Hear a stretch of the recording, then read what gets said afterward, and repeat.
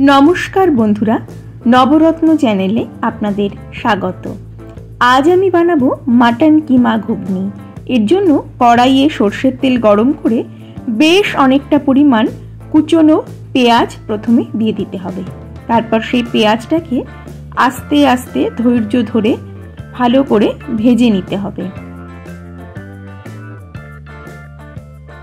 एर मध्ये दिए देब आमी परिमाण मतो नुन। নুন দিলে পেঁয়াজটা ভাজতে একটু সময় কম লাগবে।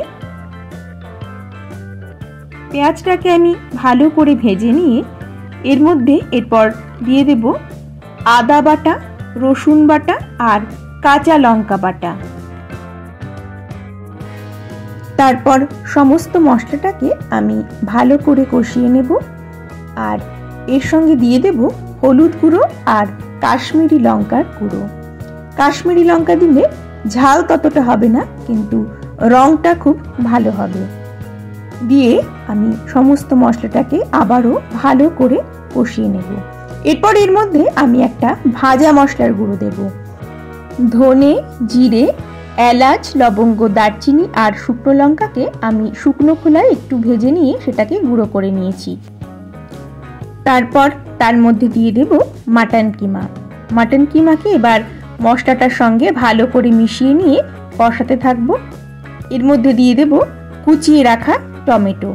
তারপর সবকিছুকে ভালো করে মিশিয়ে কষিয়ে নেব।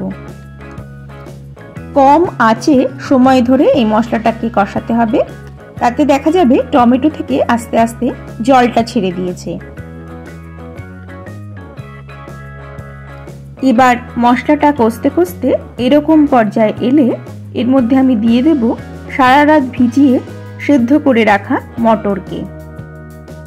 তারপর মটরটাকে ভালো করে মশলার সঙ্গে মিশিয়ে নেব।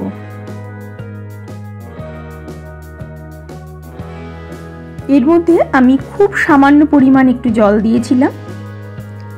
তারপর সবকিছু ভালো করে মিশে গেলে আমি এর মধ্যে সেই ভাজা মশলাটাকে আরেকবার দিয়ে দেব। দিয়ে গ্যাসের ফ্লেমটাকে বন্ধ করে দেব। ব্যাস, তবেই তৈরি হয়ে যাবে আমাদের মাটন কিমা ঘুগনি। রেসিপিটা ভালো লাগলে লাইক করতে অবশ্যই ভুলবেন না আর চ্যানেলটাকে সাবস্ক্রাইব করবেন। নমস্কার।